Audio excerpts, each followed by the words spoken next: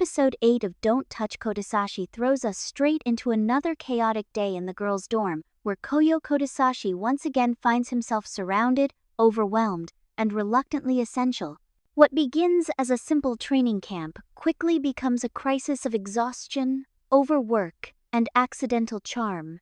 And only one person can save the team's bodies before they all collapse: the tiny, soft-spoken massage prodigy himself. The episode opens with the dorm girls reacting to Koyo's unexpected appearance at the training camp. He's small, cute, and apparently now living in Miyuki's dorm, which immediately activates everyone's older sister instincts. Before Koyo can question what's happening, the team cheerfully pulls him into their world, treating him like a cute mascot they want to spoil. But behind their warmth lies the real question: why is Koyo even here? Koyo is confused too, but the answer arrives quickly.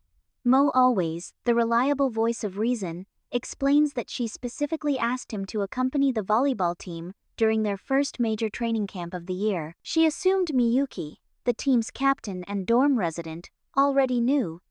Miyuki herself barely reacts. She's too busy thinking about the million things they need to accomplish during the camp, and in the middle of this hectic preparation, she accidentally reveals something. Maybe she wanted Koyo to come because being around him makes her comfortable. She denies it immediately, but the implication lingers. The team then launches into training, and the episode makes it clear exactly how elite this volleyball squad is. Last year they reached the best 4 inches both inter-high and spring nationals, and this year they're aiming for the national championship. Their discipline is unmatched, so much so that even their warm-up run looks like a military drill. But Koyo begins noticing something strange. The pace is getting faster and faster, far beyond what high school athletes should be doing during warm-up. The reason becomes obvious when Mo approaches him, nearly collapsing.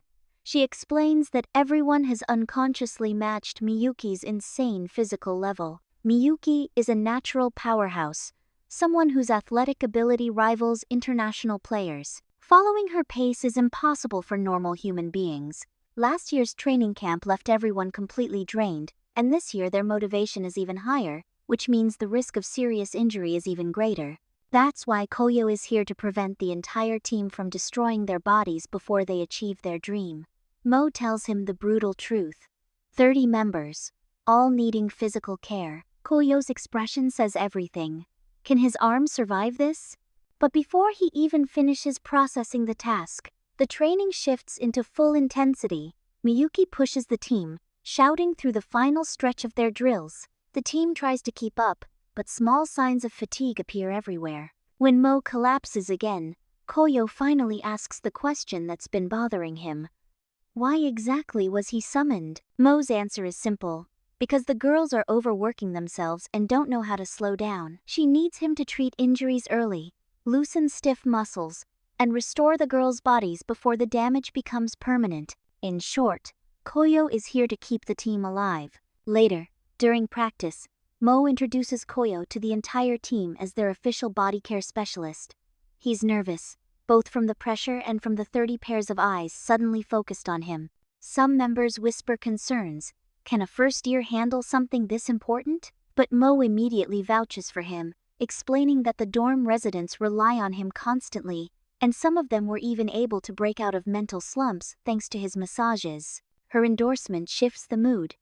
The team starts to acknowledge Koyo's reliability, and several athletes approach him for treatment almost immediately. From a girl who pulled a muscle, to another with stiff shoulders, to one with lower back tension, Koyo is flooded with requests within minutes. He works tirelessly, moving from one athlete to the next, applying his bizarrely heavenly massage techniques. Hours pass, 10 people treated, then 16. By the time he finishes, his arms and shoulders are swollen with fatigue, but at least day 1 is over, or so he thinks. Before he can even breathe, Mo drags him to another room, where 6 more girls are waiting for emergency care. The moment he sees them lined up like patients in a clinic, Koyo's soul leaves his body, but he pushes through. The episode delivers a montage of techniques, exaggerated titles, and Koyo's near collapse as he fights to keep the team in working condition. When he finally finishes, exhausted and trembling, Mo sincerely thanks him.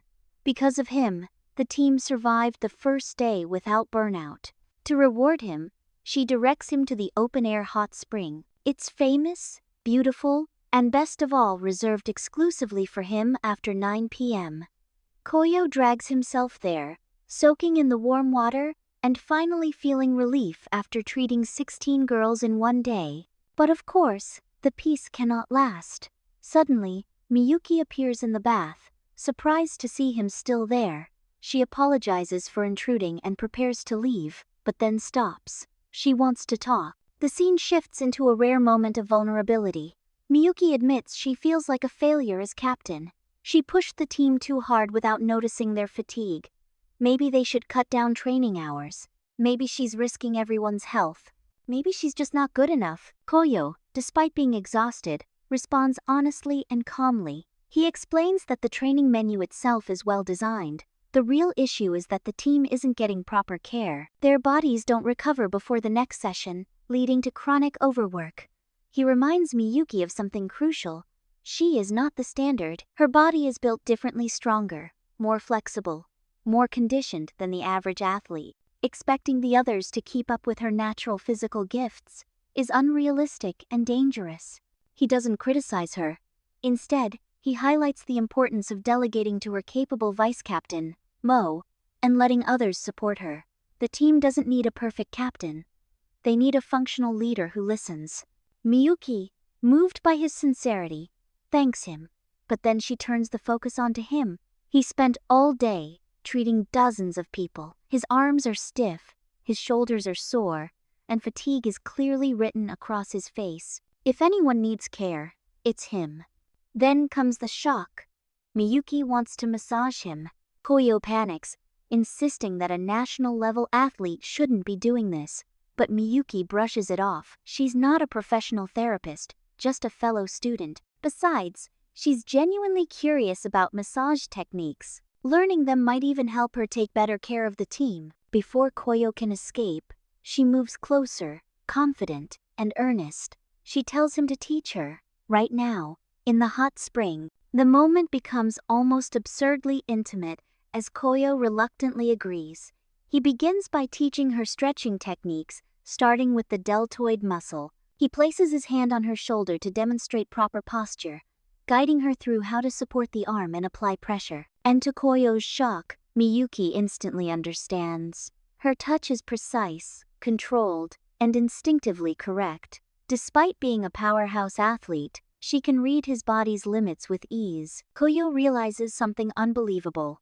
Miyuki might actually have a natural talent for physical therapy. Episode 8 ends on this surprising revelation. Koyo exhausted, Miyuki determined, and an unexpectedly gentle moment in the hot spring that might change how they see each other. This episode blends comedy, exhaustion, teamwork, and a surprising amount of sincerity as Koyo steps deeper into the role of the team's physical guardian.